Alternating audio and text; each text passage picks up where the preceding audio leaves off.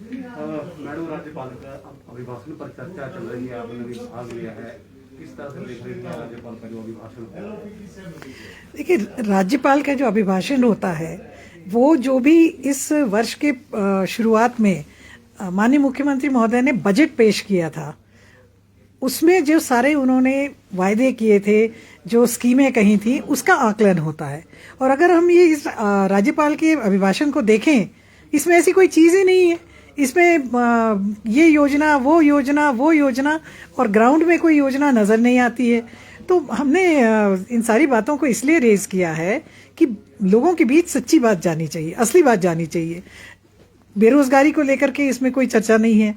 ये पानी के नलकों की बात करते हैं और बताते नहीं हैं कितना पैसा आखिरकार इनके पास जल जीवन मिशन में आया है, कितना पैसा आया है, कितना खर्च किया है, किस चीज़ के लिए खर्च किया है। नलके लगाए जा रहे हैं तो इनकी स्कीम जो है वो नल विदाउट जल हो गई है। आखिरकार नल का फायदा तो तब है ना जब उसमें पानी भी हो। सोर्सेज जो हैं, रिसोर्स जो हैं, वो ऑगमेंट हुए नहीं हैं। इसी तरह से अगर आप पंचायती राज में देखें तो लोगों को घर नहीं मिल रहे हैं। मुख्यमंत्री योजना, प्रधानमंत्री योजना, घर नहीं मिल रहे हैं। लोग जो गरीब लोग हैं, विशेष करके अभी बर्फ़ पड़ी है, इससे पहले बारिश बहुत ज़ोरदार हुई थी, तो लोगों का नुकसान बहुत हुआ है। लोगों को राहत नहीं मिल रही है, बेरोज़गारी बढ़ती जा रही है। महिलाएं परेशान हैं कि गैस का सिलेंडर आज 1000 रुपये छू रहा है। आप सरसों का तेल देखें, बाज़ार में 200, कहीं 225 है, कहीं 235 है, कहीं तो 250 तक रुपए है। वो डिपेंड करता है कि कितनी दूरी है। तो ये सारी बातों को देखते हुए हमारा ये मानना है कि ये बजट जो है ये किसी के हित में नहीं है। आप एम्प्लॉयज़ की बात कर लीजिए। हम तो ये कह रहे हैं कि भाई एम्प्लॉयज़ अपनी मांग रख रहे हैं। इनका ये कहना कि भाई कांग्रेस के टाइम पे बंद हुआ था, बंद तो अटल बिहारी वाजपेयी जी की सरकार ने दिल्ली से किया था और स्टेट्स को उस टाइम फोर्स किया गया कि अगर आप बंद नहीं करेंगे तो आपकी ग्रांट्स बंद कर दी जाएंगी। हिमाचल प्रदेश सेंट्रल ग्रांट पे निर्भर है, तो इसलिए उस समय ये फैसला लिया होगा। मगर फैसले जो हैं अगर गलत हो जाएं तो सुधारे भी जा सकते हैं, इसमें कोई बहुत बड़ी बात नहीं है। और मैं समझती हूँ कि जो रास्ता अशोक गहलोत जी ने दिखाया है राजस्थान में, उस रास्ते पे अब हिमाचल सरकार को भी चलना चाहिए। छत्तीसगढ़ सरकार ने भी ऐलान कर दिया है कि वो शीघ्र ही कैबिनेट की बैठक बुला करके ओपीएस देने की बात कर रहे हैं। तो ये सब जो हमारे मुद्दे हैं, ये असली मुद्दे हैं हिमाचल प्रदेश के। इनको लेकर के इस डॉक्यूमेंट में, इस दस्तावेज में कुछ भी नहीं था, तो नेचुरली इसका विरोध तो होना ही है।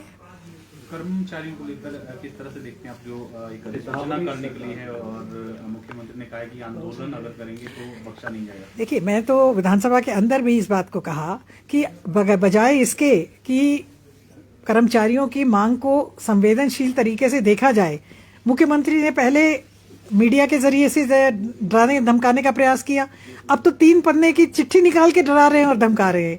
क्या आप अपने ही कर्मचारियों को और अपने ही जो आपके अधिकारी कर्मचारी हैं, आप उन्हीं को डराओगे, धमकाओगे? तो काम किससे लोगे?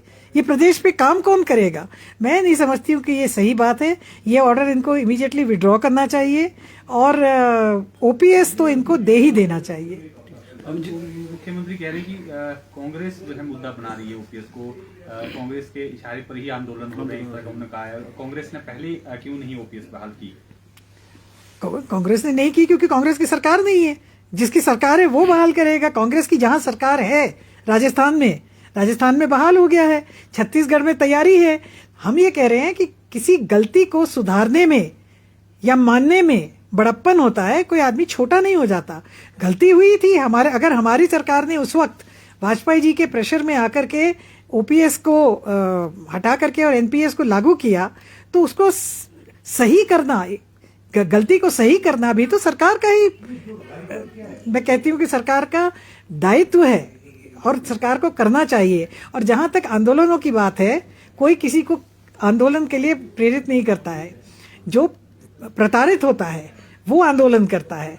और अगर कोई सही आंदोलन करेगा तो कांग्रेस पार्टी निश्चित तौर पे सही बात पे, सही मुद्दे पे, तो कांग्रेस पार्टी चट्टान की तरह उन लोगों के साथ खड़ी रहेगी।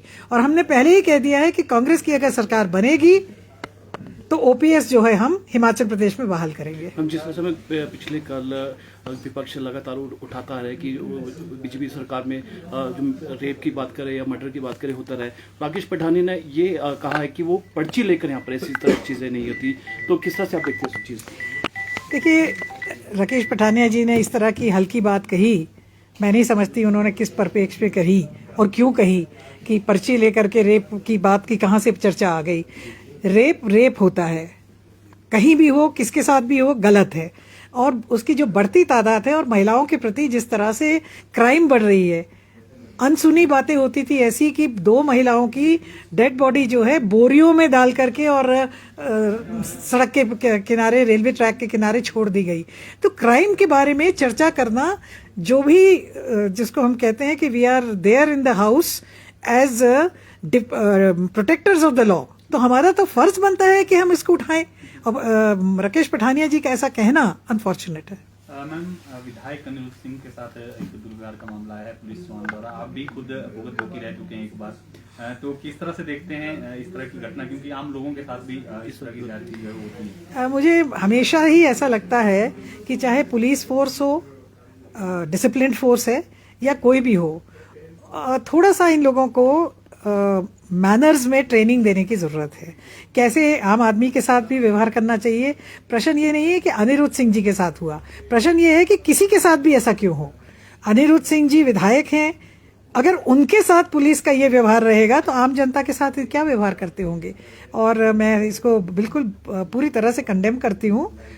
किसी के साथ भी ऐसा नहीं होना चाहिए। और निश्चित तौर पे जो प्रिविलेज कमेटी है विधानसभा की, स्पीकर साहब ने हमें आश्वासन दिया है, मुकेश अग्निहोत्री जी, मैं और अनिरुद्ध जी हम गए थे, हमने वहाँ पे रिटर्न में अनिरुद्ध जी की कंप्लेंट जो है वो दी है और हमें पूरा विश्वास है कि इस पे कार्रवाई होगी।